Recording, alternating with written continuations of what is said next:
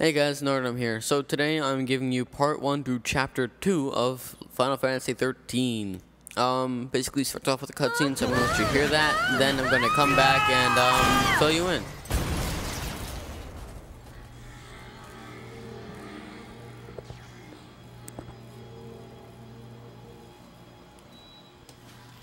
Wow, that was close. Now, where is the... Oops. Well then...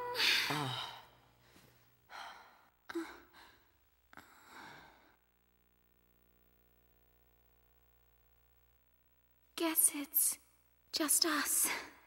What did you expect? Even soldiers know not to go near the foul sea.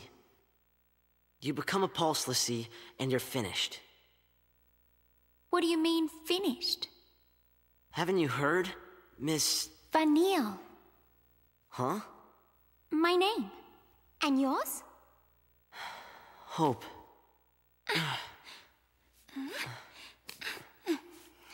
Thank you. What were we thinking? Well, since we're here, let's look around. Wow, Hope looks really constipated in that scene. Anyway, so now you are at the Pulse Foul Sea. This is chapter 2, like I just said earlier. Basically, I'm gonna let you hear this and I'm gonna put my comments to it. Check this out. It's kind of funny. Hey! Vanille, where are you?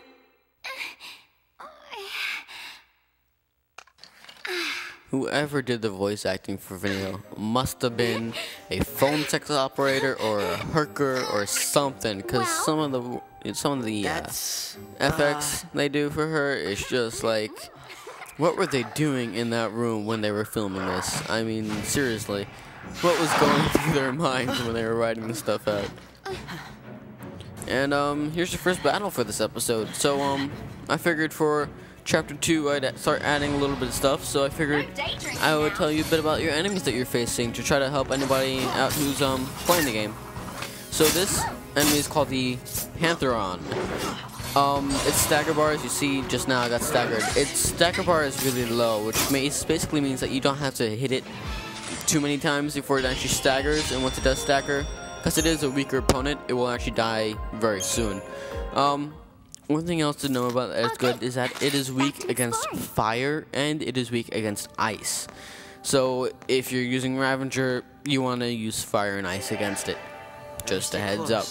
A couple things about it is that what it drops whenever you defeat it will either be a Chipped Fang or a Wicked Fang. A Chipped Fang is its normal drop, and you get a 25% chance of actually getting that.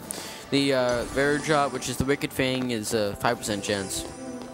One bad thing about this creature is, besides that you have to face it, is that it has a low CP gain, only 3 CP for the CP gain. Basically you'll find out what that means in chapter 3. Now these guys here, they are the Zwerg Scandroid. These guys have relatively low HP, which means they die fast, as you're watching right now. They don't really have any major weaknesses. When you find out about Saboteur, they're basically 100% for everything. No matter what you put on them, they automatically get it. Again, they have a low stagger. Their normal drop is Torn Leather, again 25% chance, and regular drop is Stick and Tide, again 5% chance. And there you go with that. So I hope you guys find that interesting and helpful, and I didn't really talk too fast through that. There we go. Okay. So this right here, this is the store system. Like I said, that you would get to see that later on in chapter 2. This is it. This is your second store that you get. And this is B&W Outfitters. This is where you get all your accessories and adornments, stuff like that. Well, not all of them, because some of them you'll get in different shops, like a magical potion shop. You'll get stuff like the Mage's Mark or the Potions Master, I believe is what it's called. Basically, those things are accessories that make your magic, say the Magician's Mark, is it 20% more stronger? Wow, 20% stronger, not more stronger. More stronger isn't correct English. Anyway, so yeah, stuff like this, basically. is what you get from the store when you get something like the iron bangle. That's what you would usually get in the B&Q Outfitters. That's where you get the bangles if you don't find them in the treasure fears. Basically, the bangles raise your maximum HP levels. Iron bangles gives you an extra 50 HP. These guys are here. These panels that keep popping up. They pop out throughout the game, throughout the first 3 levels. Basically, they're showing you tutorials on what to do and how to do it. This one, I think, was on about preemptive strike and how that works, how you get to do preemptive strikes. It's basically an animal has like something like the what should I call it? The Pantheron is has a very wide range of sight. Once you walk into its sight, it will attack you. That's when the little red arrow appears over its head. Something like this Zerg has a very small range of sight, which means that you could basically walk up to it from the side and it would still be surprised and you'd still get the preemptive strike. However, something like a Pantheron, like you see right in front of you right now, if you try walking straight up to that, it won't really work. And here I fail going in the wrong direction. Anyway. So, yeah, what to say, what to do. Right, so, one of the things I need to tell you about, school year has started in case you haven't noticed. What that means for me and my channel and for you guys, my subscribers, the very few, is that I am not able to put up as much as I would like to. I have a lot of work in my lap right now. I think I'm using the wrong idiom. Anyway, so basically what this means is that I won't be able to put up as often, and Modern Warfare 2 I don't get to play as often. So if you're subscribed to me for that, I probably won't be able to put up that much anytime. Final Fantasy XIII is easier for me because it's, you know, it's not Modern Warfare where you get instant death every 3 seconds from a noob tube or a commando or whatever. Basically. Aren't you scared? Another cutscene. I'll just Not so much. let you hear that. You really don't get it. Pulse Falsey and Lissy are bad news. That's why Cocoon kicked them out. Live too close to the Falsey, one-way ticket to Pulse. That's the purge in a nutshell. If they catch us here, they'll purge us too. And What's then... your problem? What's my... Pulse is hell on Earth.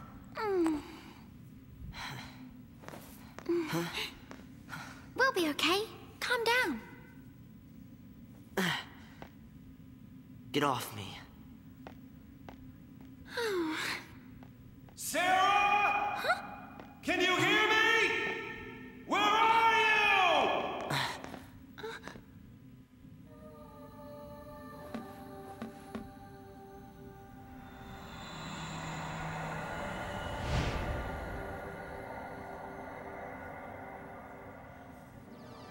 Don't worry, Sarah.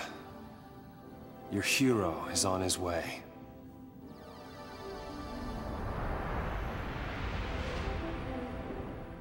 Finally got to see snow for this chapter Wonder here. what that's for. So, like I was saying before the cutscene, here I fell trying to find a treasure sphere, which was actually behind me, not up to the side. Basically, with school life, I don't get to play as often, which makes me rusty at the game, and with all noob tubing and commandoed, which I seem to be getting in every single lobby now that I walk into. Because I've tried to get you some Modern Warfare 2 video recently. Very recently, actually. I was just on Modern Warfare 2. I just can't seem to get anything that actually turns out well. I mean, I got a couple games that started off good as 7. I got like 7 to zip. All of a sudden, I get noob tubed. So I'm like, alright, fine, I'll take up my anti-noob tube class. Just, you know, Scar H with riot shield.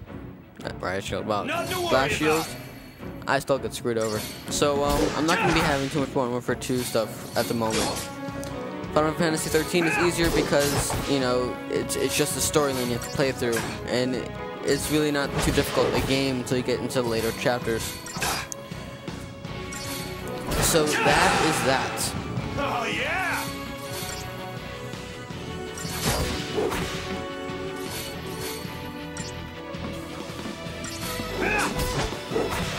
Okay, so Now back to the gameplay, which is why you came to Final Fantasy XIII Let's Play. Basically, what's going on in this chapter is not too big. I'm not sure if I already stated this. I'm gonna have to recheck this. Basically, what's going on here is not too big a deal in this chapter. You start playing as Vanille and Snow. Just hold on, Sarah. Wow, Vanille and Hope. There we go. And then from there you get Snow, as you see, and then you get Saz and Lightning. Each of them is their story of how they get into the Pulse fal'Cie. And this is cool right here. I wish we had this in our current day and age. That'd be awesome.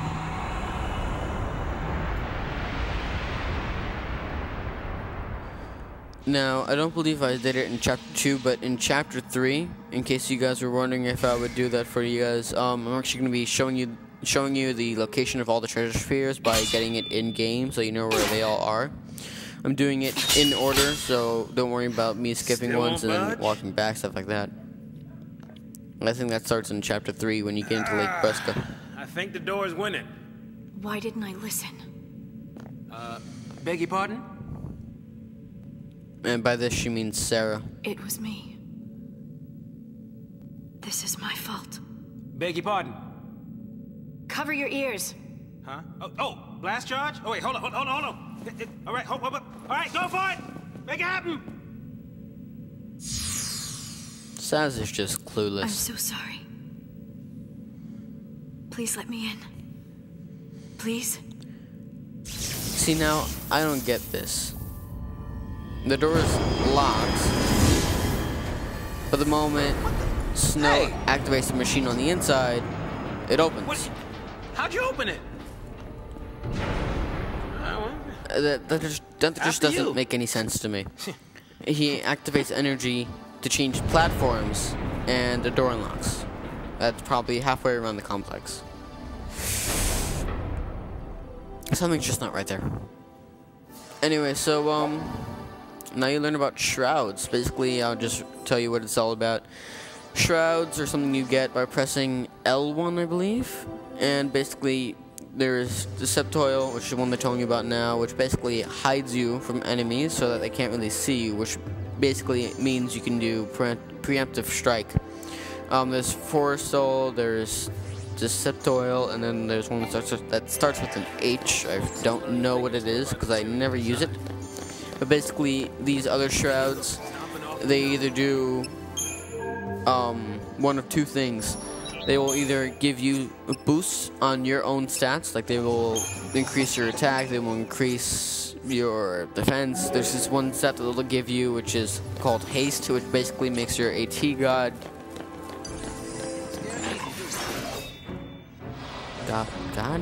Gauge. Wow. Makes your AT gauge fill up faster.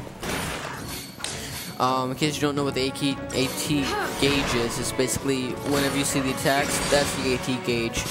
This battle system is based on real time. That's how it kind of works. It's not really real time as in the real world, but real time in the game. So there you go. Now you know a little bit more about the battle system, the AT gauge. Wow, I can't talk today. Wow. Anyway, so battle's almost over. And Saz is almost dead. Oh no. And finally, Lightning kill. Or no, he doesn't. Yes, she does. She does kill him. Okay. Isn't that just so weird how they just dance at the end of everything? And all the other Final Fantasy, they always do that. Also, the one who does the final strike, does the final kill, always gets to do such stuff. So, time to get the treasure sphere. And I can't get it because this works. But I wipe their asses with I wipe the floor with their asses. So they don't really have asses because they're robots. So I'd have to wipe the floor with the lower part of the canister that is their bodies. But this is goodbye, so I guess I'll see you next time.